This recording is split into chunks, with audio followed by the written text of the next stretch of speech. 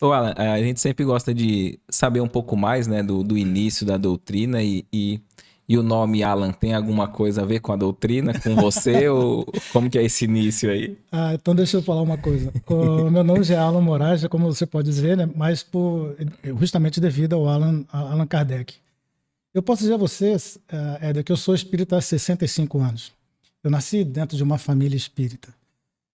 Quando eu era ainda que eu tinha uns 6 anos mais ou menos, meus pais se separaram e eu e meu irmão, nós fomos morar com os meus tios lá no Rio de Janeiro, né?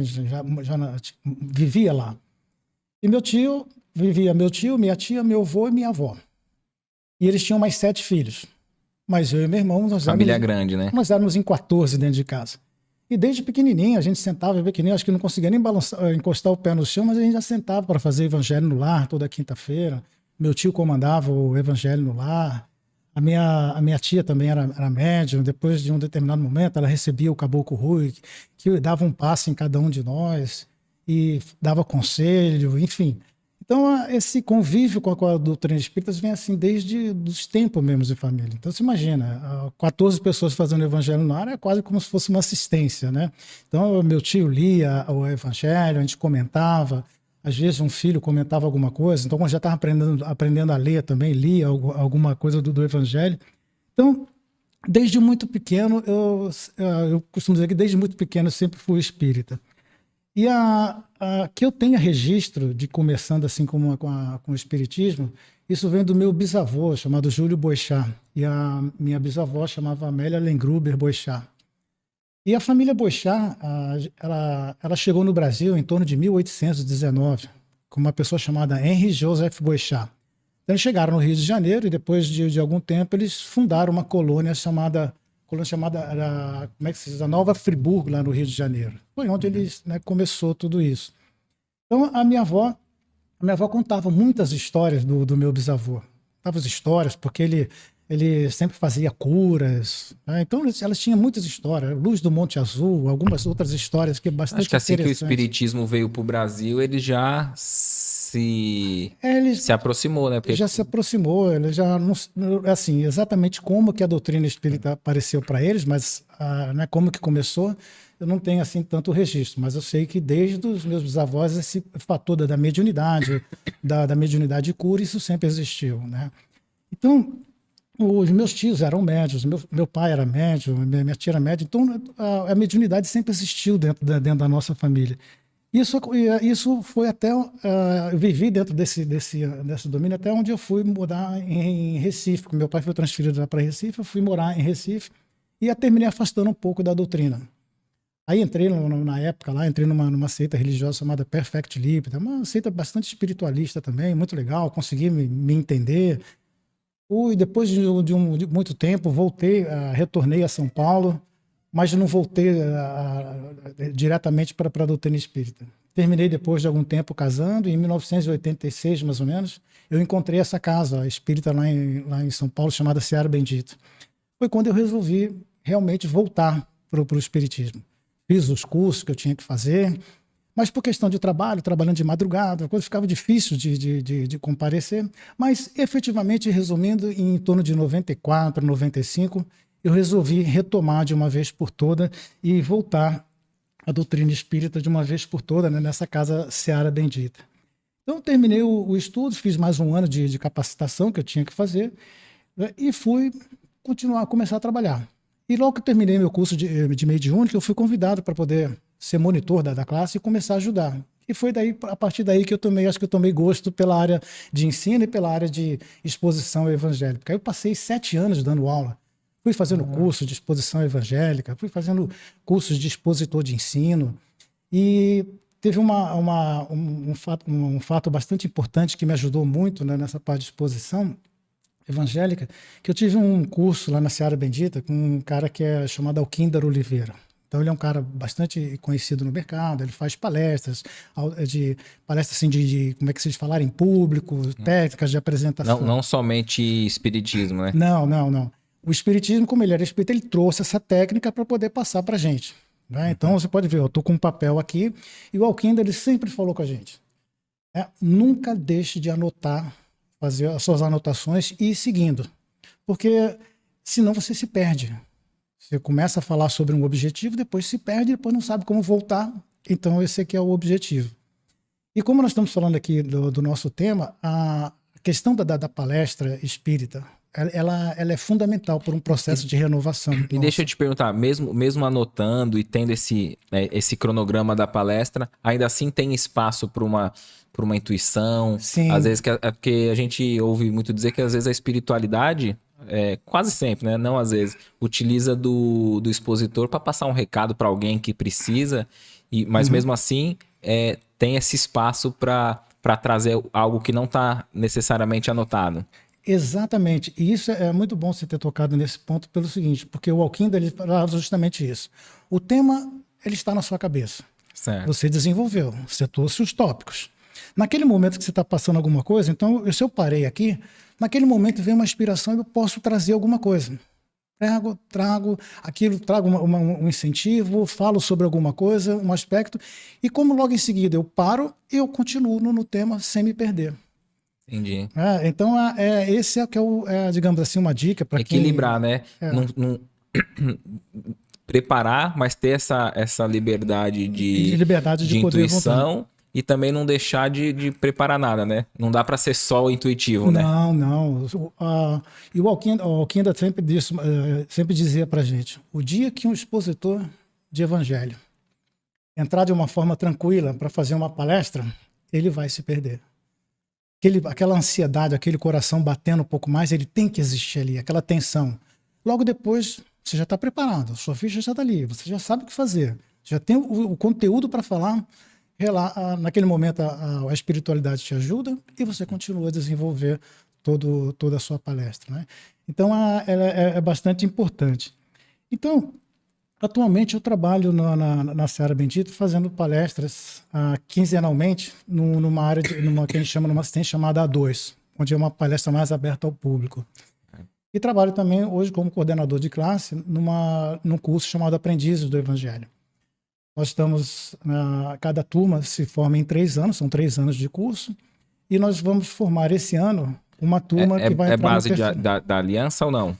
Não, base da Federação Espírita. Da Federação Espírita. Porque toda a programação é da Federação Espírita, que foi criada na época por Edgar Armon, na época na Federação. Então todo um planejamento desses aprendizes do Evangelho. E essa turma minha vai se formar esse ano agora, que é o 3º ano. Devido à pandemia, o ano passado nós fizemos tudo online, usando o Zoom. E esse ano nós fizemos uma reunião ontem com todos os dirigentes de classe, coordenadores, e ficou aquela expectativa, porque começou a aumentar a pandemia. Então nós estamos na expectativa de fazer pelo menos esse primeiro semestre online e o segundo semestre voltar presencialmente. Nessa questão do estudo, da palestra, qual que você acha que é a importância disso para a casa espírita, para a sociedade, desse conteúdo das palestras, dos estudos, do curso na casa espírita? Olha, não só as palestras espíritas são muito importantes dentro de uma casa espírita. Eu digo a você e afirmo, a palestra ela é a parte mais importante que existe dentro de uma casa espírita. O passe, ele é fundamental. É uma transfusão de energia que aquele companheiro que está lá na câmara de passe, quando ele levanta as mãos, ele tem certeza de que está captando as energias, colocando e distribuindo isso para aquela pessoa. Ela recebe. Mas agora, se ele não estiver, naquele momento, assistindo aquela palestra, interessado, ouvindo, porque o poder da palestra ele tem um poder de penetração. E é justamente naquele momento que aqueles bons espíritos estão inspirando, agindo, porque naquele momento a mente daquele nosso companheiro está aberta. Então, isso é que é o importante. E o expositor de evangelho, ele tem que estar atento a isso, olhando-se muito bem, às vezes, na fisionomia, porque ele já sabe do tema, o expositor, ele sabe do tema, ele conhece o tema, ele sabe o que falar. Então, ele tem que estar atento àquelas pessoas que estão ali, para ouvir aquela... E ele tem que se emocionar com aquilo. Uhum. Ele tem que fazer com que a plateia fique ligada, que não se disperse. Porque aquele vai ser o momento, uma palavra às vezes aqui, uma palavra ali, é o gatilho que desperta aquela pessoa num processo de transformação, de renovação, como é o nosso tema de hoje. Então ele é muito importante, e é muito importante que o expositor ele estude o evangelho. Ele não precisa necessariamente saber todos os capítulos, de cor e salteado, capítulo, versículo. Eu, por exemplo, não sei. Se alguém perguntar, olha, onde é que está o capítulo? Eu não sei. Mas as minhas fichas estão lá escritas. Eu sei, se eu pegar na minha ficha, eu sei. O capítulo 5, então, eu sei. Então é importante que o expositor tenha esse conhecimento. Ele não precisa ter essa preocupação de decorar, Não. né? Ele tem que ser o mais natural possível e transmitir sempre segurança naquilo que ele está falando. Se ele vai falar de perdão, ele tem que saber o que é o perdão. Aquilo que nós comentamos, que eu comentei com você um pouco antes. Se nós vamos falar sobre perdão, eu tenho que saber o que é o perdão. O meu objetivo é esse, falar sobre perdão. Quais são a ideia central é perdão. Os objetivos que eu tenho que falar, o que eu quero falar sobre perdão, os efeitos benéficos do perdão, como que eu consigo perdoar, em que momento que eu preciso perdoar, enfim, ter uma sequência didática para que a gente possa fazer com que o perdão ele se torne uma coisa fácil de ser entendido. Sabe o que é curioso desse tema? A gente tinha as lives antes, né, que você já até participou com a gente, né, do pessoal na casa dela e fazia sem ser esse formato. Mas, enfim, a gente teve esse projeto aí antes de migrar para o podcast nesse formato há 1 ano e meio de lives, então teve diversos temas. E é curioso quando a gente falava assim, mediunidade, influência espiritual, independente do tema, até que tinha uma audiência boa. O dia que a gente falou assim, benefícios do perdão, foi a menor audiência, você acredita? Eu falei assim... o pessoal não está disposto a perdoar, será, né? A gente está disposto a receber o perdão... Mas não está disposto a perdoar. Não está disposto a perdoar, né? Eu fiquei com isso na cabeça. Falei, caramba, por que foi a audiência menor essa do perdão, hein? Não saberia te dizer, né? Então, continuando assim um pouco sobre a trajetória minha, até que a gente possa entrar mesmo no nosso bate-papo. Nessa questão da palestra, tem algum fato que te marcou? De alguma situação que aconteceu num dia que você fez a palestra, alguma coisa? Eu tive... Lembra que eu sempre digo o seguinte, como eu falei agora com você, a palestra ela tem esse poder de penetrar na pessoa, de fazer a pessoa se transformar. Certo. Eu lembro que alguns anos atrás eu fiz uma palestra lá na Seara Bendita, num dia de sábado de manhã, onde eu falei sobre o tema alegria de viver. Então o tema estava todo desenvolvido, contei uma história bonita sobre, né, aquelas histórias que eu sempre conto. Falei sobre o Olavo, aquele amigo meu virtual que eu tenho. E eu lembro que eu falei uma coisa, e eu sempre procuro falar com muita alegria, me emociono mesmo, às vezes chego, sabe assim, emocionar mesmo, porque parece que isso eu trago dentro de mim para passar dessa forma. E eu falei sobre isso, terminou a palestra, fizemos uma prece de encerramento e eu fui para a salinha, onde a gente ficava lá esperando a próxima sessão para poder repetir a palestra, né, aí com outro expositor. E quando a gente estava lá dentro, bateu alguém na porta pedindo para falar comigo. Eu fui atender e era um senhor que já, não sei, ele parecia ter uns 50 anos, acho que no máximo. E ele falou para mim o seguinte, pediu para falar reservadamente, fui conversar com ele, e ele me disse, Alan, eu vim aqui hoje, por insistência muita de um amigo meu, eu viesse aqui. Estava bastante desesperado, desmotivado, e eu pensei comigo, eu vou, mas eu já estava decidido a dar fim à minha vida. E aí ele falou para mim assim, mas depois de tudo que você falou, com a alegria que você falou, eu não quero mais fazer isso, eu quero viver. Eu quero aprender isso que vocês ensinam aqui. Então, mais uma vez eu repito para você, sabe, o poder que uma palestra tem. Isso é aquela pessoa que veio falar comigo. Mas quantas e quantas outras, por um motivo ou outro, não forem se sentir incentivadas a fazer uma coisa a mais? Ou se forem incentivadas a perdoar um pouco mais, a ser um pouco mais tolerante, a fazer alguma coisa a mais? Então, novamente eu repito, a palestra espírita é a parte mais importante que tem dentro de uma casa espírita. Se me permite outro caso também bastante interessante, foi de uma época que eu estava falando sobre palestra do Dia das Mães. Eu falei sobre as mães, porque nessa época assim, a gente fala sobre as mães, enaltece, mas eu também nunca deixo de falar sobre as mães que porventura falharam. Mas sempre com o objetivo de quê? De incentivar essas pessoas que, independente das mães não terem sido aquilo que foi melhor para ela, mas que saiba agradecer pela mãe, saiba respeitar os seus limites, saiba respeitar a individualidade de cada um. Terminada a palestra, uma senhora veio, me chamou, e assim um pouco meio ríspida, falando comigo, falou assim, olha, tudo isso que você falou de mãe, minha mãe não foi nada disso para mim, viu? E naquela hora, você falou, às vezes vem um insight. Eu falei para ela, a senhora tem filhos? Ela falou, tenho 2. Eu falei, então, vamos fazer o seguinte, faça tudo que você tiver ao seu alcance e faça tudo que sua mãe nunca fez para você. Para que você possa valorizar, para que eles possam valorizar você como mãe e que você possa, a partir de aqui agora então, aprender a perdoar sua mãe por ela não ter feito nada disso que você agora, daqui por diante, vai fazer pelos seus filhos. Então o que acontece? Naquele momento, ela começou a chorar. Então o que acontece? Novamente, vem aí o poder da palestra tocando uma pessoa. Isso de 2 situações de pessoas que vieram falar comigo. Né? Então isso E é curioso que às vezes a gente recebe uma mensagem de ensino moral e a gente automaticamente se coloca na condição daquele que tem que receber, né?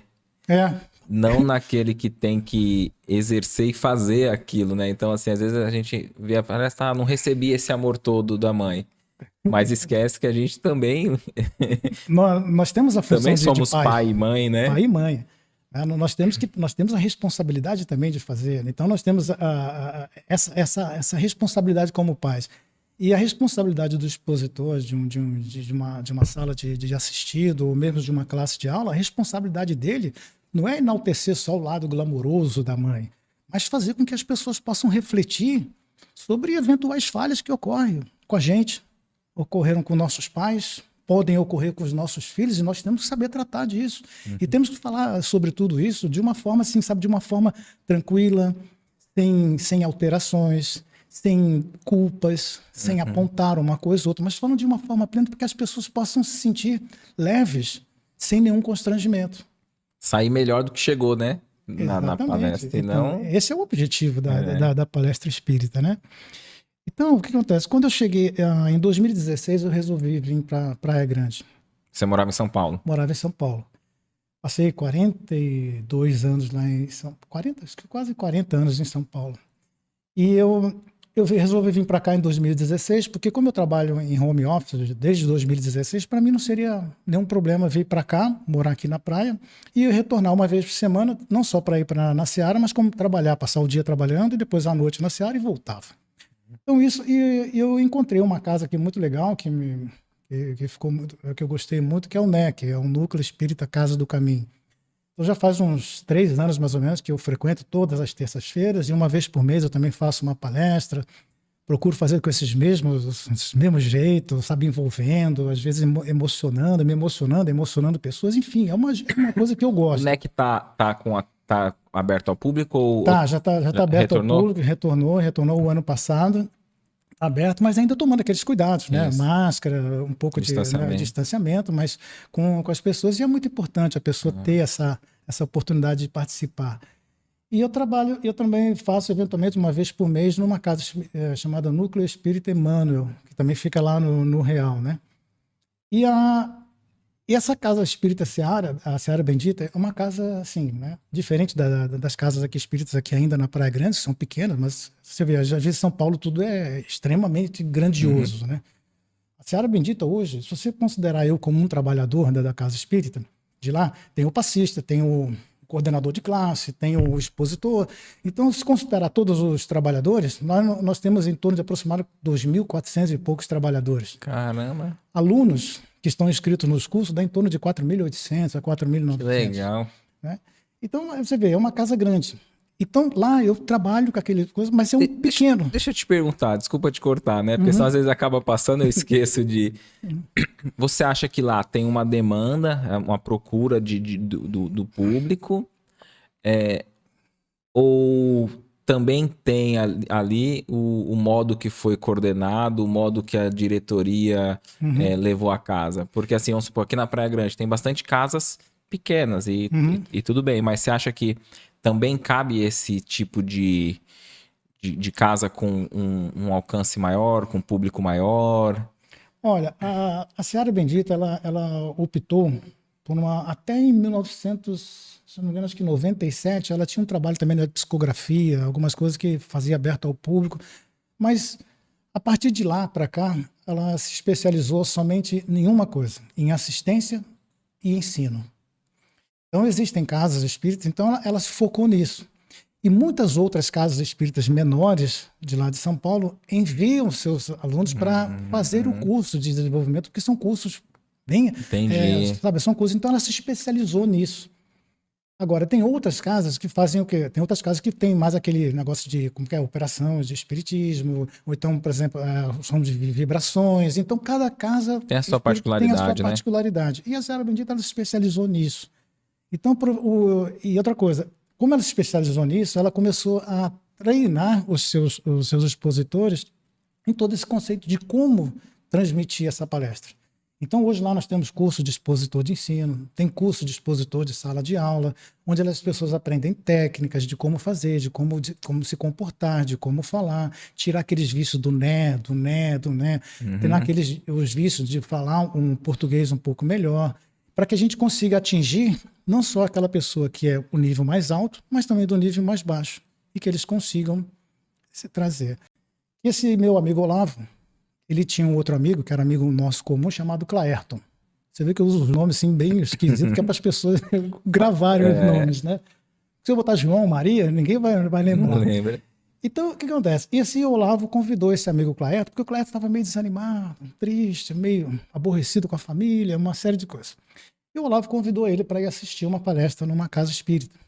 E lá, aquela palestra, naquele momento, falava sobre bastante coisa, alegria, sabe, perdão, renovação, falava uma série de coisas.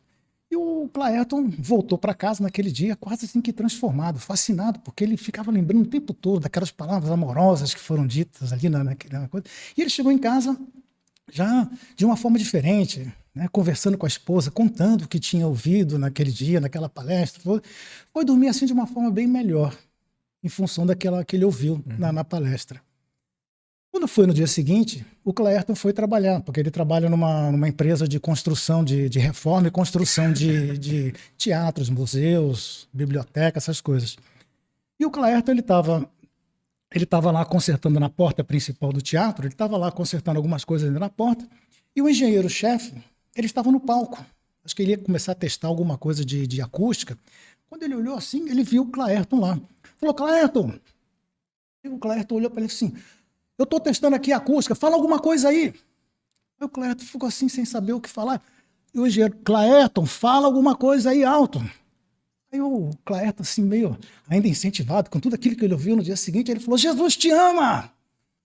Aí aqueles outros pessoal, os amigos dele, falaram, ih, olha lá o crente, sabe aquelas coisinhas, né? Aí o engenheiro-chefe pegou, foi para o lado direito do palco e falou assim, Claerton, fala de novo! E o Claerton, já um pouco mais animado, né? Jesus te ama!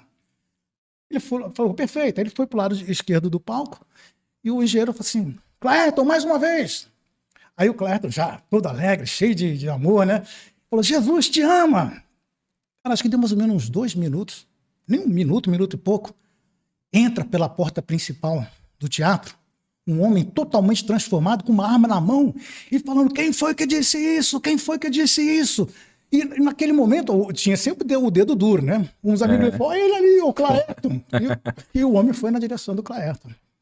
E o Claerton, assim, preocupado, e o homem falou o seguinte, meu amigo, eu estava lá do lado de fora, sentado, já a ponto de dar fim na minha vida, porque eu estou desempregado, minha esposa está quase morrendo, meus filhos não comem já quase 1 semana, e eu não sei o que fazer, eu estava desesperado.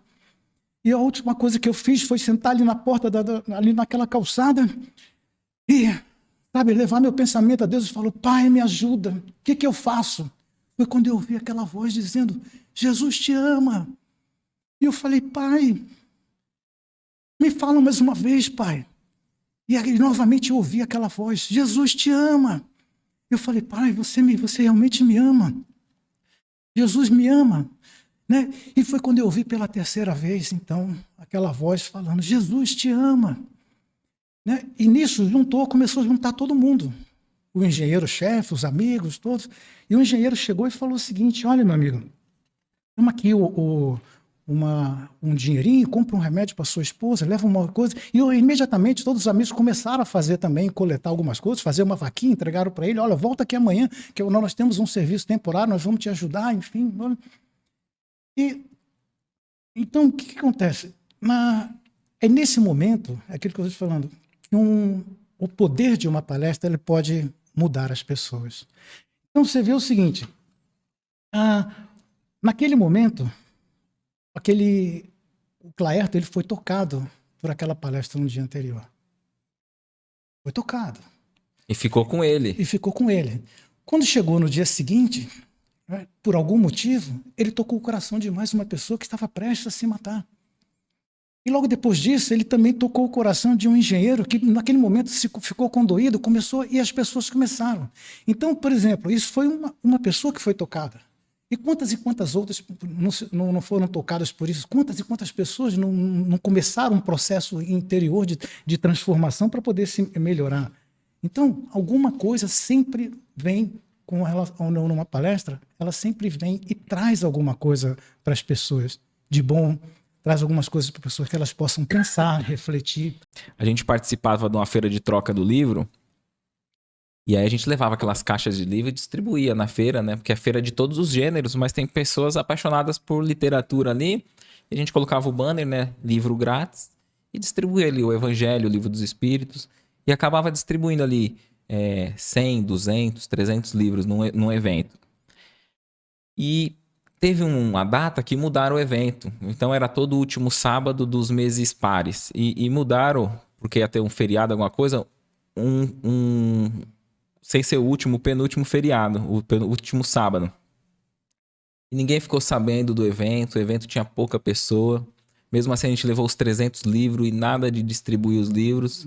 E a gente estava até chateado, né? Assim, caramba, não conseguimos distribuir. Então, eu já estava errado medindo a quantidade, né? Já estava errado ali.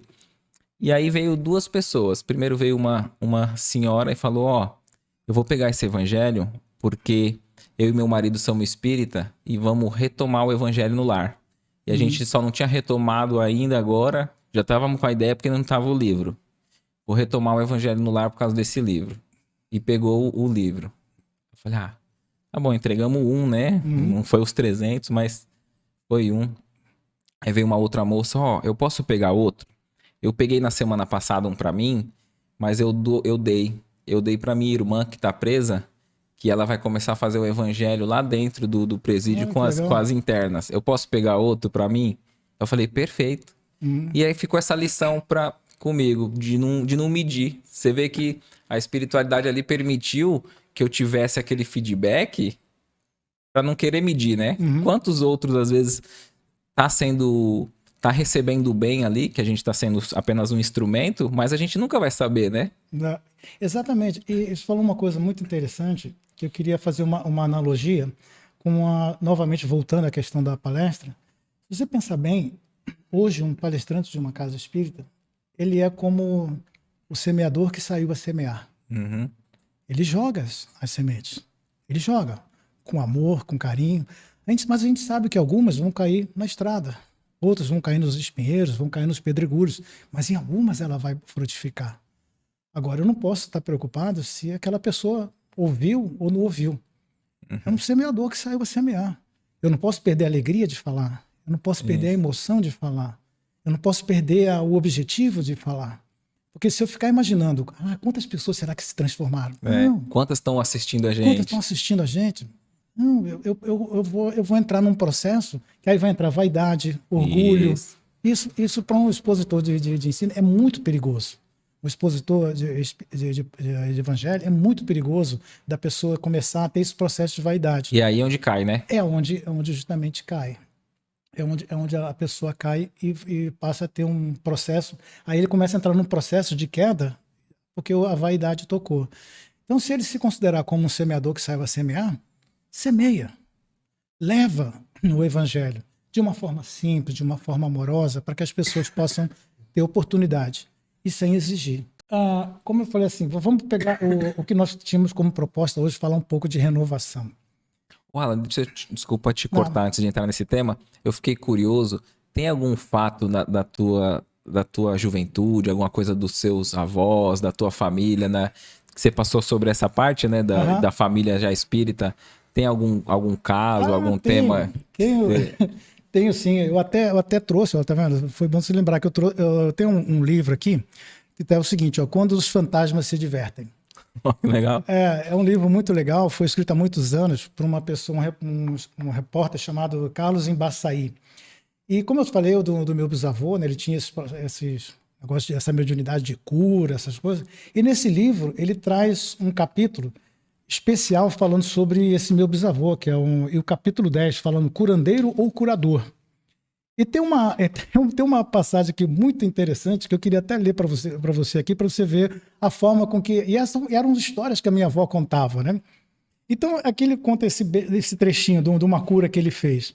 Aí ele falou assim: ó, ninguém sabia o que o seu Júlio fazia para curar. Mas um dos fatos mais curiosos sucedeu com seu sogro, um senhor respeitável, de poucas brincadeiras, filho de alemães tradicionais, e que se havia radicado naquela região lá de Nova Friburgo, né? E o pai de Dona Amélia, esse alemão, ele tinha uma besta de estimação chamada Completa, que, segundo ele, dizia que parecia gente. Cobra, aí conta aqui o livro, como não escolhe a quem picar, não livrou também a besta de estimação do pai da Dona Amélia. E um belo dia o animal quadrúpede aparece na cocheira agonizante de uma picada mortal de um réptil. O jeito foi falar com seu genro, seu Júlio, ponderou a esposa daquele alemão. E lá se foi, então, o dito senhor, o alemão, foi em busca de socorro para que pudesse salvar, então, a sua besta de estimação. Por sorte, ele encontrou o seu Júlio em casa e foi logo explicando o sucedido e falando tudo que tinha acontecido com aquela besta dele de estimação chamada Completa. E seu Júlio, então, recolheu-se por um instante, foi até a cozinha, trouxe um copo de água, porque era, digamos assim, ele estava um pouco em transe, como se fosse uma água fluidificada. Certo. Então ele chegou pro sogro dele e falou: bebe Completa. E ele falou assim: mas eu não sou nenhuma besta, protestou o velho sogro. Beba Completa, se quiseres ficar curada. E o sogro indignou-se, mas a sua filha Amélia, que tinha ido com ele, falou assim: beba, papai, faz o que o Júlio está mandando. E muito indignado, então, diz ele que tomou. A água virou, então, e voltou para casa já meio sem esperança nenhuma. Quando ele estava chegando em casa, a mulher dele veio correndo dizendo o seguinte: o que vocês fizeram? Porque ela está curada, já está andando tudo normalmente. A besta está completamente curada. O que foi que o seu Júlio fez? E ele, olhando para ela, falou assim: não fizemos nada. Ele ele falou assim: o seu Júlio simplesmente mandou que a besta tomasse água, eu tomei, né? Então são vários casos, e tinha alguns casos interessantes também que ele falava sobre a luz do Monte Azul e vários outros coisas. E o livro retrata bem isso, essas histórias assim, sabe? Nunca tive, né, assim, eu sempre tive mediunidade de psicofonia, mas nunca de incorporação, nada. Mas não tenho medo de espírito, não tenho. Eu sempre falo para as pessoas: você fala que é espírita, que é isso, mas se de repente aparece um espírito aqui, não fica um, né? Não sabe como vai ser a reação, né? Não vai ser como é a reação. Mas isso o mundo espiritual, ele existe, e a gente tem que compartilhar de tudo isso e tá preparado para tudo isso. Eu acho que esse aspecto consolador que você diz das palestras, de levar essa mensagem para o grande público, acho que é o diferencial da doutrina, né? Ah, isso com certeza. Digamos assim que é a parte principal. Como que eu falei, o passe é muito importante. O passe, a pessoa vai lá, recebe, mas se ele só receber passe e não fizer nenhum processo interno de transformação, de renovação, não vai adiantar nada. Agora, o que leva uma pessoa a se transformar? É justamente essa palestra que incentiva um pouquinho, vai modificando as pessoas, vai transformando, vai fazendo com que as pessoas cresçam. Então, essa é a parte fundamental de uma casa espírita. Essa é a parte fundamental da doutrina. Então, Kardec sempre foi muito incisivo nisso. Espíritas, instruí-vos. Né? Espírita, amai-vos. A combater a causa, né? Exatamente. Então, nesse nosso tema que nós estamos discutindo hoje, ano da renovação, realmente o ano de 2022, ele é um ano que provavelmente vai trazer muitos desafios, mas também vai trazer muita coisa boa. Então a gente fala assim, o processo do recomeçar. A gente fez uma analogia de que cada ano é um novo começar, é o mesmo que uma oportunidade de uma reencarnação. Então são novos objetivos, novas esperanças, novos processos de renovação. É curioso você falar isso, porque assim, às vezes mesmo o espírita fala assim, isso aí eu resolvo na outra vida. Não tem necessidade disso. Se cada dia é uma nova oportunidade, para que esperar, né? Olha, tem algumas pessoas não sei, porque existem muitas pessoas que falam sobre a doutrina espírita, mas às vezes falam um pouco sem um conhecimento mais profundo. E eu já vi também muitas vezes pessoas que trabalham no espiritismo, às vezes falaram sobre algumas coisas, mas às vezes talvez deixando ir um pouco do seu lado sentimental e onde interfere um pouco. Eu acho que a gente não pode deixar interferir. Né? Como você falou, eu vou deixar para outra vida. Não. Se eu estou aqui agora, uma vida que está trazida, uma oportunidade que eu tenho, eu costumo dizer o seguinte, que a gente está aqui não está para pagar nada, está aqui para reparar. O que é diferente, já soa diferente. Eu costumo dizer também que as pessoas, eu sempre falo isso, às vezes, em algumas palestras, ninguém tem defeitos. Nós não temos defeitos, nós temos pontos a melhorar. Olha, eu não sou a melhor. Porque o defeito, a gente dá a entender que aquilo aceita aquele defeito e pronto. Ponto a melhorar já nos obriga a se mexer, a sair da inércia, né? Isso, é o processo de renovação. A mesma coisa também, algumas pessoas também falam sobre karma. Eu, particularmente, eu acho que o karma não é uma coisa que deva ser tratado ou que deva existir como sendo... Vamos supor assim, é meu karma mesmo. Então, peraí, eu tô aqui fazendo o quê? Eu não tô aqui com o objetivo de reparar? Se você imaginar aquela situação que você está vivendo, você está aprendendo. Se você largar para lá, é uma encarnação perdida. Então, nós temos que realmente batalhar. Então, uma coisa que o Chico Xavier sempre disse, ele disse uma vez, ele falou assim, aqui na nossa atual encarnação, nós nunca temos o que nós merecemos. Nós sempre temos aquilo que nós precisamos. Porque se a gente tiver tudo que merece, a gente não consegue levantar um palmo sequer do chão. Tamanho que é as nossas dívidas. Então, assim como nós temos a sequência dos anos para começar renovando a cada ano, nós temos também a oportunidade a cada existência também melhorando. Haja vista a diversidade que nós temos de pessoas que estão encarnadas hoje, numa situação melhor, mais calma, e outros ainda tão violentos, tão rudes, mas todos estão no processo de aprendizado. E vão aprender. Com certeza vão. Agora, isso não quer dizer que aquele que está melhor lá, assim, eu estou melhor, o outro que está aqui não, que tem que ser revoltado. Cada um dentro do seu processo. E todos têm que melhorar, né? Todos têm. A gente vai estar aprendendo até o último dia da nossa existência, né? Com certeza. Então, assim como a reencarnação, ela traz novas oportunidades de reparação, traz novas oportunidades de aprendizado, a cada ano que se inicia, também é um processo que traz para a gente também oportunidades novas de crescimento. São 365 dias que nós vamos ter de novas oportunidades.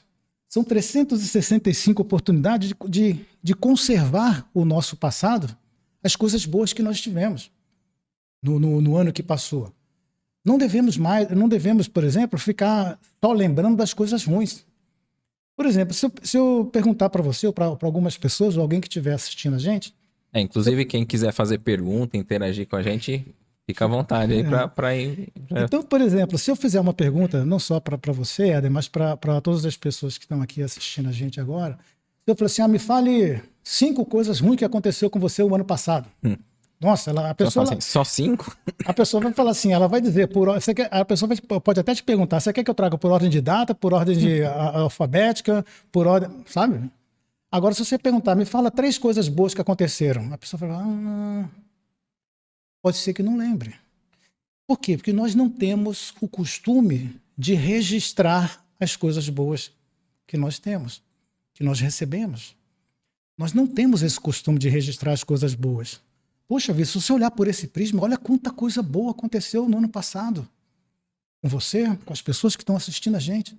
É só ir forçando, você vai lembrar, poxa, aconteceu isso mesmo, olha, aconteceu aquilo. Mas por que isso se apaga da nossa lembrança? Por que só evidencia as coisas que são ruins?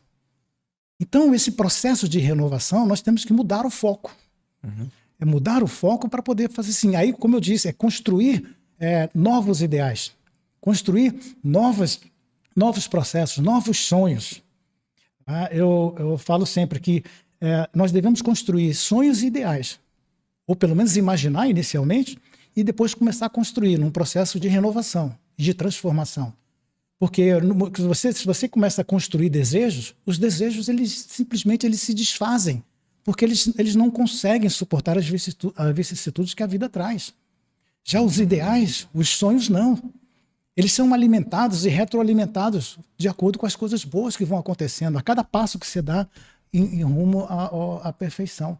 A gente vai conseguindo melhorar. E perseverar, né? E o mais importante, desistir, né? o mais importante de tudo, Éder, é registrar os bons momentos.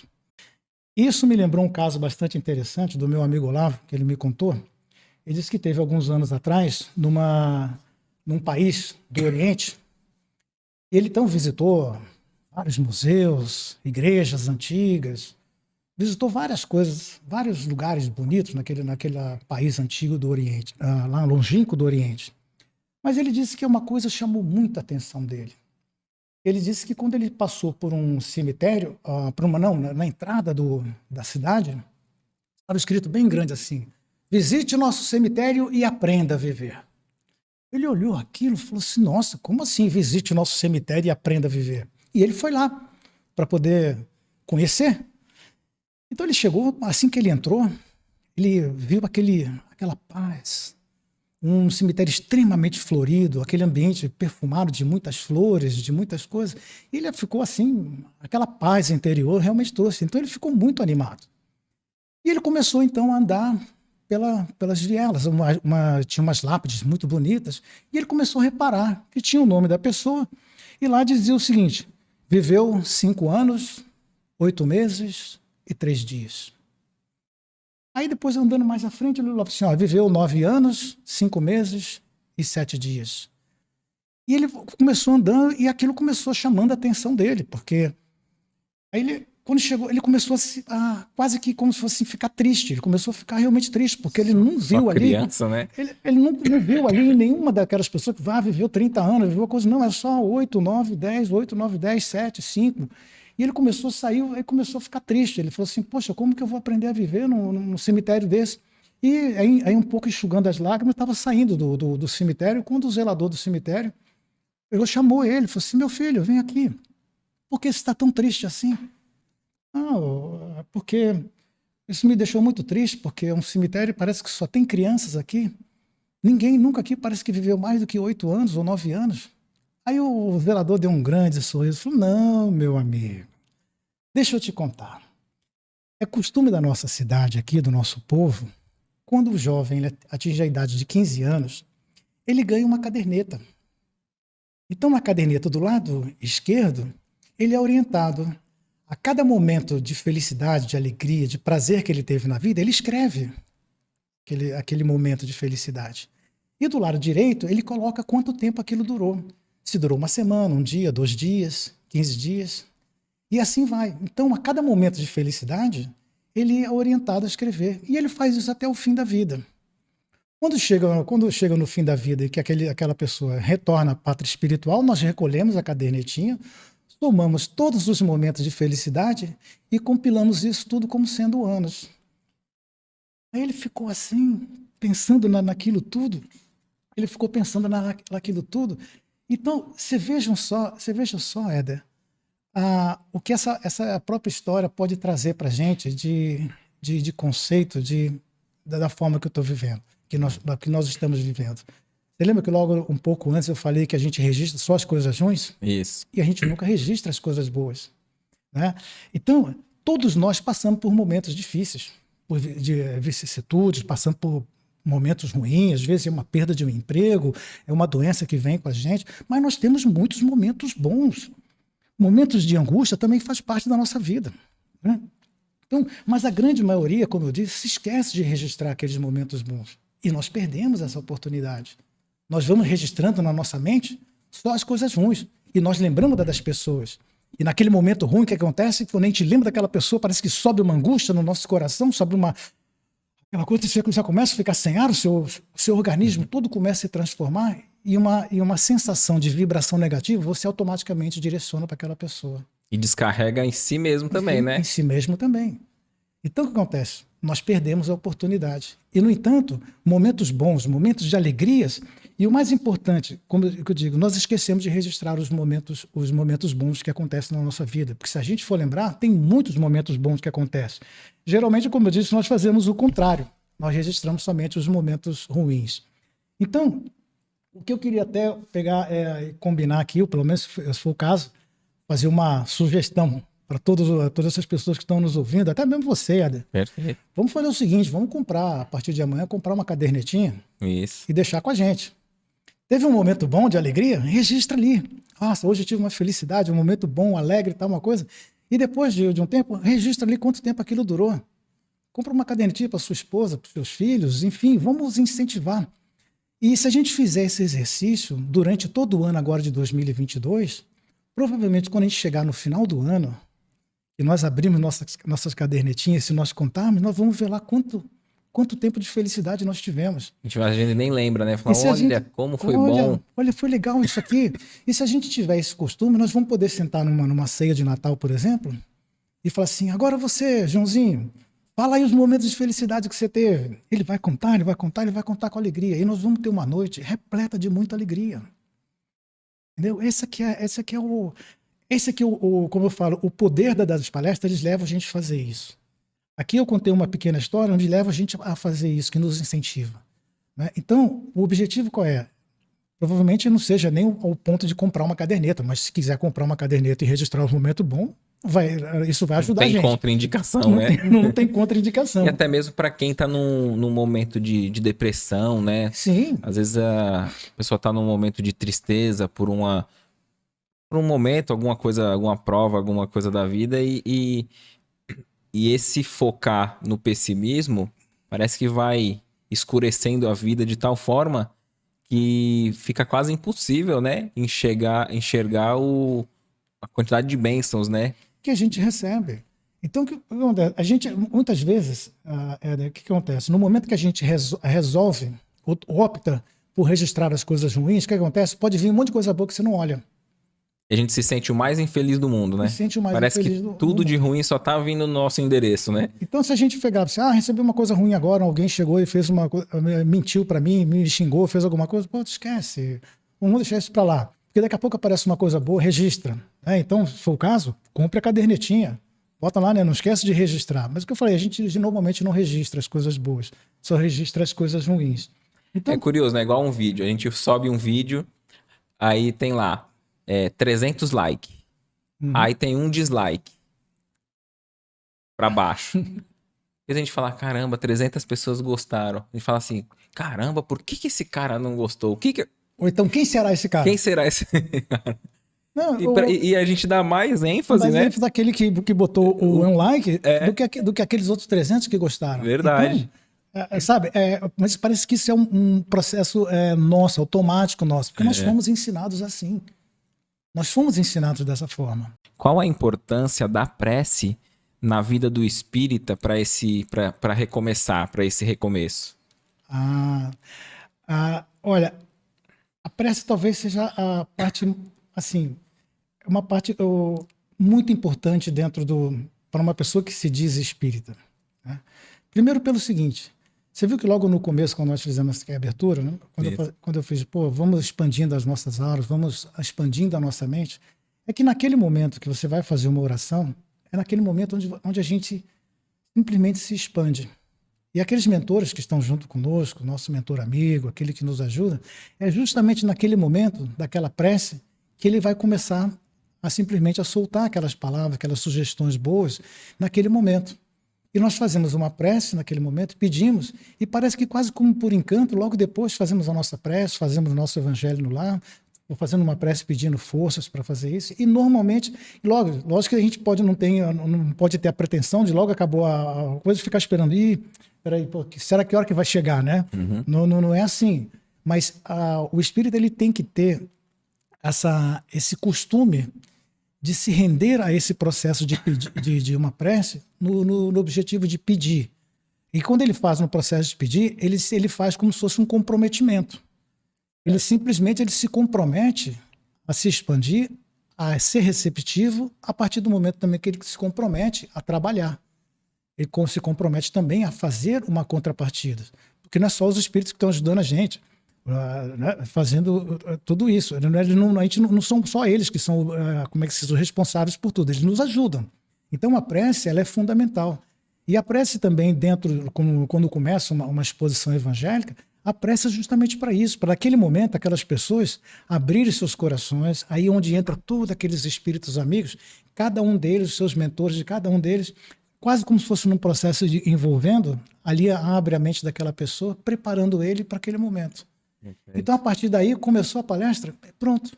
Porque a gente nunca a gente deve sempre se lembrar que nunca ninguém está desamparado, né? Nunca. Muitas vezes a espiritualidade está querendo nos acessar ali para nos auxiliar, mas nós não damos abertura. Não damos abertura por essa vibração baixa, por estar mergulhado nas tarefas do cotidiano e a gente nem percebe essa presença, né? Não digo perceber a presença de um modo da vidência, assim, mas sentir, né? Eles nos auxiliando e esse momento dessa prece, dessa vibração, nos auxilia a entrar numa vibração que a gente fique mais receptivo? Exatamente. Além da gente ficar mais receptivo, é o momento justamente onde a gente abre a nossa mente. Ficamos receptivos, mas em contrapartida, tem que existir o nosso comprometimento também de melhorar. Uhum. Eu não posso simplesmente fazer uma prece, vou fazer uma prece agora aqui, vou expandir a minha aura, vou fazer isso, olha, eu preciso disso, os espíritos resolver o problema por nós. Resolver os problemas. Não vai acontecer. Você tem problema de dificuldade, está querendo resolver alguma coisa, então faz naquele momento, faz a sua prece e pede inspiração para isso. Mas procura. Acabou a prece, fez a sua prece, vai à luta. Em algum momento vai aparecer alguma coisa que vai te ajudar, mas você não pode ficar ali sentado esperando que a coisa venha acontecer. Então, a prece, ela é uma via de mão dupla. Uhum. Ela tem que acontecer.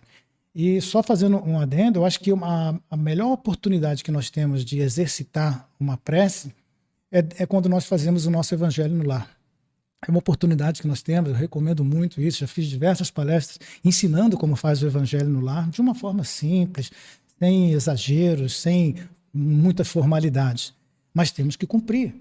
E a prece tem um método? É assim, tem uma cartilha a ser seguida? Para quem está nos acompanhando e quer fazer uma prece, tem dificuldade em fazer uma prece? Olha, a prece ela pode ser feita da melhor forma, da forma com que a pessoa quiser. Porque às vezes eu estou triste, mas eu tenho interesse de melhorar. Às vezes estou triste, estou passando por uma dificuldade, às vezes estou até chorando daquela dor, daquela paciência. Mas eu peço o quê? Eu peço força. E nisso eu me comprometo também a melhorar, como me comprometo a não me deixar cair. Então eu posso pedir do jeito que eu quiser. Pai, você sabe que eu estou passando por muita dificuldade, eu preciso disso, eu sei, eu preciso ser inspirado, mas eu quero continuar trabalhando, eu quero continuar. A prece é uma conversa que você tem junto com Deus. Perfeito. Sabe, é uma troca. É uma troca onde você pede ajuda, se ajuda e se compromete. Então, essa que é o grande benefício da prece. Lógico que quando você está numa casa espírita, por exemplo, quando vai iniciar uma palestra, você tem que ter um roteiro para fazer uma preparação, porque você tem que fazer com que todas as pessoas elas entrem na mesma faixa. Você não pode pedir para cada um fazer sua preparação. Então, você tem que ter um processo. Aí você, vamos nos tranquilizando, aqueles que quiserem fechar. Então, acontece, as pessoas parece que já vão se acalmando. Você faz um processo. Esse é um processo de preparação para uma palestra, que existe um objetivo ali. Agora, não passa de uma prece sozinho. Eu posso estar chorando, eu posso estar passando dificuldade, posso estar triste, mas eu tenho que ter a esperança de fazer uma prece e pedir e me comprometer também a mudar. Então, nesse ano que se inicia, então nós temos que ver o seguinte: o que passou do ano passado, o que passou, passou. Não vai voltar atrás. Aquelas oportunidades que eu tive no ano de 2021, elas já se perderam. Se eu não conseguir aproveitar, mas com certeza em 2022 vão aparecer outras oportunidades. E quando aparecer outras oportunidades, vamos buscar essa realização. E às vezes a frustração está muito ligado com o grau de expectativa que a gente cria, porque às vezes começa um ano, a gente coloca lá 300 objetivos. E aí, obviamente, boa parte não vai ser concretizado daquele momento, daquela forma. Então, esse é um outro grande processo que é onde as pessoas falham no processo de renovação. Então, o que acontece? Quando você entra num próximo ano, lembra que eu falei que a gente tem que ter ideais e sonhos? Então, o que acontece? Eu não posso fazer... os sonhos, vamos dizer assim, os sonhos ideais, ele é como se fosse uma ideia central. Certo. Agora, para eu conseguir esse sonho, para eu conseguir realizar esses ideais, eu tenho que ter alguns comportamentos. Uhum. Não é? Eu tenho que... Tem caminhos que vão chegar até ali. Tem caminhos que vão chegar até ali. Então, por exemplo, comprar um carro novo provavelmente não faz parte do meu sonho, não faz parte como é que se diz? Não faz parte disso. E só um adendo aqui para a gente fazer o seguinte. Eu lembro que uma vez eu fui fazer uma palestra e eu falava um pouco sobre isso, sobre as coisas, essas coisas que importam para a gente. Então, eu lembro que eu falei para todo mundo assim, vamos imaginar que hoje é o nosso último dia na Terra. Façam uma lista mental de tudo aquilo que realmente te fez feliz. Faça uma lista de todas aquelas coisas que realmente te deram prazer, te deram alegria, que te deixou realizado. Aí eu falei assim, olha, 30 segundos, é lista mental, não precisa escrever. Aí eu falei assim, o carro está nessa lista? A televisão está nessa lista? A casa está nessa lista? Enfim, vai começar o emprego está nessa lista? O celular da última geração. O celular da última geração está nessa lista? Provavelmente não. Agora, o que pode estar nessa lista?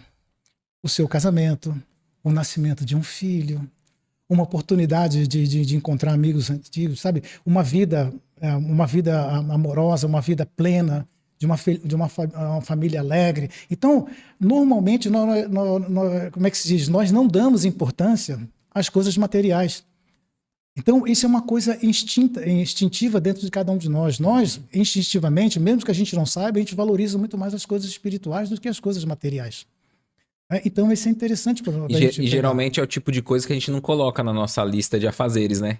Então. Eu coloco assim, revisar o carro, pagar o IPTU, tudo cronograma, né? Principalmente agora, no começo do ano, né? Tal. Mas a gente não coloca, às vezes, naquela nossa lista assim, tirar uma hora pra ficar na praia, curtir um dia num parque com uma pessoa querida. Geralmente a gente não escreve isso, né? Os objetivos são sempre assim, São imediatistas. Eles são imediatistas, porque nós somos ansiosos, somos imediatistas e normalmente nós não queremos nos comprometer com o trabalho e o esforço que exige para a gente conseguir realizar aqueles sonhos e aqueles ideais. Para 2022. Imagina alguma coisa, um sonho, um ideal que você queira conquistar no ano de 2022. Mas tem que ser uma coisa boa para todo mundo. Não pode ser uma coisa egoística.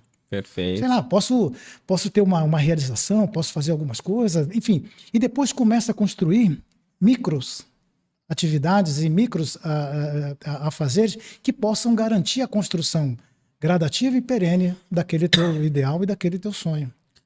Dentro disso daí eu vi uma palestra do Daniel Godry, que ele usou uma analogia, assim, uma historinha que eu também gosto bastante, que fixa, né, o entendimento. Dentro disso aí, micro atalhos. Ele fala assim, se eu te der um salame inteiro e falar pra você, come esse salame agora, o teu cérebro já fala, não é possível, eu não vou comer esse salame inteiro. Agora, se você picar ele numa porção, vários pedacinhos ali, colocar na bandeja, e você estiver ali vendo um jogo, alguma coisa, você é capaz de comer você come tudo e não percebe. Então, às vezes, até os nossos sonhos, os objetivos, a importância de criar caminhos e degraus para que a própria nossa mente passe a compreender que aquilo é possível, né?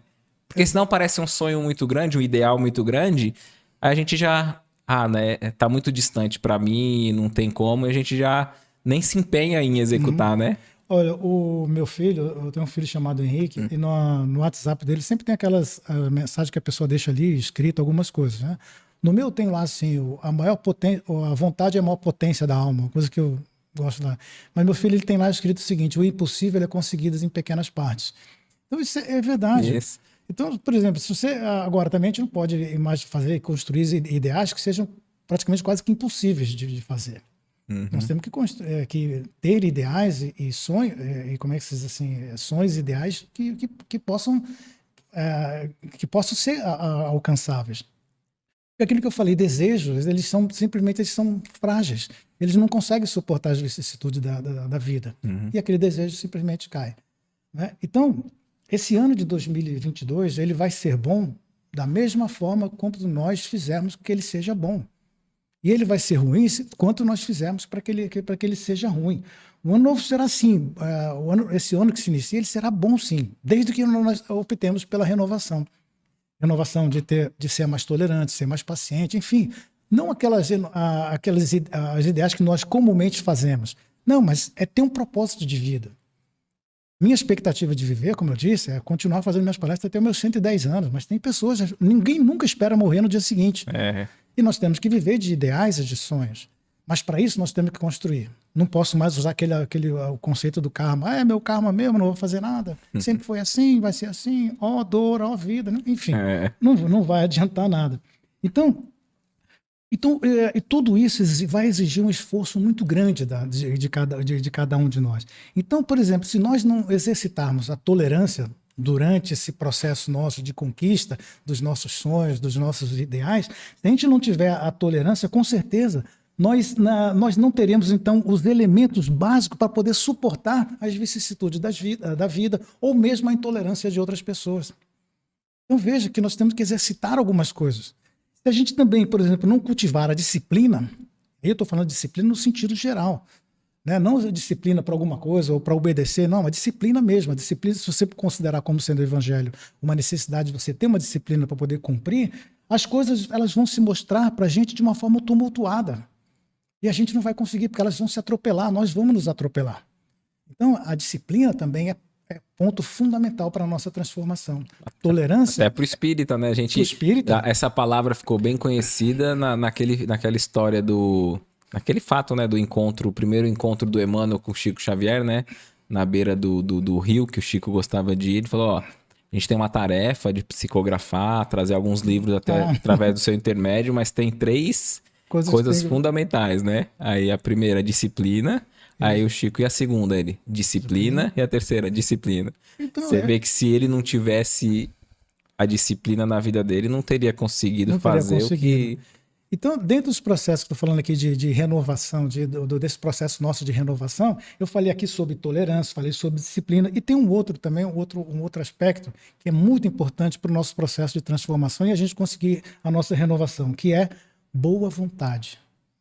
Boa vontade é uma coisa... Então, se a gente não tiver boa vontade, tudo vai parecer muito difícil, tudo vai parecer muito penoso, tudo vai parecer anormal, tudo vai parecer incompreensível e nós não vamos conseguir nos renovar, não vamos conseguir obter os resultados e não vamos conseguir registrar no lado esquerdo do nosso caderno aquele momento glorioso que nós fizemos, que nós conseguimos em função da nossa boa vontade, em função da nossa tolerância, em função da nossa disciplina. Então, e outra coisa também, se a gente não trabalhar com afinco, quando eu falo do processo de trabalhar, não é o nosso trabalho normal do dia a dia, no ganho de dinheiro, é o nosso trabalho mesmo, na questão de obter a tolerância, de obter a disciplina, de trabalhar mesmo no estudo do evangelho, enfim, de trabalhar na nossa reforma íntima, de muitas vezes segurar aquele momento, aqueles ímpetos de raiva. Se a gente não trabalhar isso, as oportunidades de melhoria na nossa vida, elas vão sair pelos nossos dedos. A gente não trabalha com afinco, eles como se fosse areia escorrendo ou água escorrendo na nossa mão. Eles vão simplesmente se esvair. E outra coisa, e para poder fechar, né, de uma forma assim, a questão de oportunidade de renovação, se a gente não estudar com afinco, se a gente não estudar o evangelho, procurar estudar e desenvolver, entender, conhecer, nós também, o conhecimento e a cultura, de alguma forma, eles escaparão das nossas mãos. Nós vamos passar mais um ano ou vamos passar mais uma existência sem conhecer. Não é só eu perdoar. Mas já pensou também quantas pessoas que também muitas vezes querem o nosso perdão e nós não damos? Verdade. Ou quantas pessoas que às vezes nós queremos que nos perdoem e essas pessoas não nos perdoam? Então é uma troca. Esse processo de renovação tem que começar por aí, né? Então a gente tem que lutar por cada um dos nossos sonhos. Lutar pelos nossos sonhos. Lutar pelos nossos ideais. Mas sempre com base nisso, quando aqui agora usando sem a questão da pejorativa, é seguindo o Cristo. Tendo comportamentos tolerantes, comportamentos pacientes, tendo comportamentos, né, procurando estudar o evangelho, procurando ter uma reforma íntima, porque esse conjunto é que vai fazer com que vai dar o quê? Que vai dar subsídios para que a gente possa, então, se renovar. Efetivamente se renovar. Eu ouvi uma frase esses dias que falava assim, tem muitas pessoas falando do Cristo, agora tá precisando de imitadores do Cristo, né? Acho que a gente deve tentar ser imitador dele, né? Olha, eu usei uma vez uma expressão também bastante interessante que você pode ver. Eu falei uma vez numa palestra também, a gente tem que urgentemente arrancar o Cristo daquela cruz, daquela parede onde ele está lá preso, ele nunca esteve ali, né? Assim, então, a gente tem que arrancar ele de lá, sabe? Trazer para junto de nós. Andando. Então, esse conceito, nem que seja na pessoa, nós não podemos mais ter a ideia de que no momento que eu estou fazendo uma prece, de que ele não esteja perto de mim. Então, às vezes, sabe, eu não posso ter mais isso. A partir do momento que eu tenho essa sensação, né, que ele está próximo de mim, que ele pode me ajudar, aí começa a haver um processo de interação muito maior. Você começa a ficar mais animado, você começa a ficar mais feliz, aí você vai ter comportamentos melhores, e tudo aquilo que a gente quer como no processo de renovação, ele vai ser mais fácil de conseguir. Então, com tudo isso que nós conversamos hoje aqui, Eda, quando a gente fala de um ano de renovação, esse ano de renovação não é porque esse ano de renovação ele está ali, muita coisa vai ser renovada. Não, é um processo que nós temos que focar no nosso comportamento para que essa nossa renovação possa se fazer verdadeiro em nós. É porque a gente fala assim, tomara que esse ano seja bom. Ele vai ser bom ou ruim, dependendo da gente. A gente vai ficar à mercê de quê, né? E a nossa parte do esforço, onde fica, né? Onde fica. Porque você citou sobre Jesus na cruz, e se a tarefa de Jesus tivesse acabado ali quando o crucificaram, Jesus teria sido perdedor, né? Sim. Mas quando ele ressurge e mostra que o Espírito é eterno, aí ele traz um novo olhar para nós, né? Que, por pior que possa parecer, a vida continua. Teve muitas mortes, né, nesse ano que se passou devido à pandemia, mas se a gente focar só nos caixões, nas mortes, a gente vai ficar triste de fato. Mas uma mãe que enterrou um filho, a partir do momento que ela vê a doutrina espírita, reconhece ali que ali é só o corpo, é só o vestimenta, que o espírito... E tem essa certeza, através da doutrina, essa comprovação de que o espírito é eterno e continua, aí tem um acalento, né? A gente passa a ver a doença, a morte, como apenas um processo. Já não tem aquele peso todo, né? Exatamente. Então, olhando um pouco mais também como isso, lógico que toda vez que a gente vai olhar para uma situação, se um ano foi bom ou ruim, se ele atingiu mais ou menos pessoas, a gente tem que olhar de uma forma holística. Né? Como o Cristo provavelmente olha para todos nós. Então, o que acontece? Muitas pessoas, como você falou, vão sofrer. Mas muitas pessoas estão passando aquilo não porque merecia sofrer. Eles estão passando por um processo de experienciar. Eles precisavam passar por aquele processo de experiência. Cada um dentro do coisa. E o que nós devemos fazer? É vibrar por essas pessoas para que elas possam conseguir suportar, né, entre aspas, suportar tudo isso e conseguir forças para poder melhorar. E se nós olharmos pelo lado bom, quantas e quantas e quantas pessoas não ressurgiram das cinzas com novos desafios, com novas coisas, novas felicidades. O país cresceu, o superávit do país foi extremamente bom, milhares de pessoas tiveram seus próprios negócios. Enfim, se você for olhar, fazendo no frigir dos ovos, você vai ver que provavelmente nós tivemos muito mais coisas boas durante todo o ano que se passou. Muito mais pessoas se reencontraram, muito mais pessoas tiveram seus processos de reflexão, melhoraram, outras que procuraram a ajuda, enfim, melhoraram, do que simplesmente 600 e poucas mil pessoas que morreram, porque é aquilo que eu te falei, nós sempre registramos o que é ruim, nós não registramos o que é bom. Nós não sabemos quantas nasceram, né? Não sabemos quantos nasceram. Isso nós não temos esse número, né? Ou a gente não olha. Né? A gente não opta por analisar assim, né? Então, voltando um pouco mais e fechando esse tema, eu acho que é o processo nosso de renovação, porque a gente sempre fala, cada um ano que começa, a gente fala uma questão de renovar, vida nova. Então, automaticamente, o que a pessoa faz? Eu quero apagar o outro ano, não quero esquecer, não quero voltar mais lá. Eu quero só daqui para frente. Não. O passado é importante. O passado é que vai conseguir fazer com que você renove. O passado é que vai fazer com que você construa melhor. E você tem que fazer de cada dia melhor, cada dia é melhor. Tem um ditado japonês que diz mais ou menos o seguinte, deixa eu ver se eu lembro, às vezes não se consegue fazer o que à primeira vista parece fácil. Então ele diz, viva, trabalhe, ame, dia após dia, para que você possa fazer cada dia passado um sonho de felicidade, de cada dia futuro uma visão de esperança. Então, o que nós temos que fazer é justamente isso. O meu dia de amanhã ele só vai ser bom se o meu dia de hoje eu conseguir realizar ele de uma forma melhor. Aí quando esse dia de hoje que eu tentei realizar o melhor, quando ele é o dia de ontem, ele vai trazer para mim um sinal de felicidade. Porque não vai ter aquele peso todo, né? Então, mas isso tudo, infelizmente, é um processo gradativo. A gente não consegue as coisas. Como eu disse, nós somos imediatistas, nós queremos tudo isso acontecendo de uma hora para outra. Né? Então, é importante, mais uma vez, reforçando tudo isso, que para o nosso processo de renovação, de melhoria, para que o ano seja bom, nós temos que ter esse foco. As pessoas que não sabem amar, elas entram num processo de frustração muito grande. E uma coisa que eu posso dizer para você é o seguinte, muitas pessoas, o Cristo sempre dizia, né? Amar, amar, amar. Amar o seu próximo, amar o seu próximo. Quantas e quantas pessoas não retornaram à parte espiritual frustrados porque não conseguiram amar alguém? Quantas pessoas não aconteceu isso? Mas, no entanto, as pessoas não sabem o que é amar.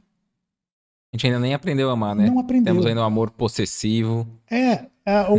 O conceito de amar que nós conhecemos é o que você falou, é possessivo. Mas deixa eu trazer por um outro lado um conceito de amar no conceito mais do lado do Cristo. Tem um livro chamado O Monge e o Executivo, e o executivo ele pergunta, acho que num determinado momento, ele pergunta para o monge o que é amar. O que é o amor? Eu lembro que o monge disse para ele, o amor é a ação do amor. Então, olhando por esse lado, e por um amor que eu digo do Cristo, por exemplo, se você tem um inimigo, você é orientado a amar aquele inimigo. Aí você vê que aquele inimigo seu está passando por uma dificuldade tremenda. Ele tem lá a esposa dele, perdeu um emprego, os filhos estão passando fome. E se você anonimamente pegar uma cesta básica e mandar entregar lá, não precisa dizer que foi você, não. Sabe o que é isso? Isso é uma ação de amor. Entendeu? É uma ação de amor. Você não precisa necessariamente amar aquela pessoa, mas você fez uma ação de amor.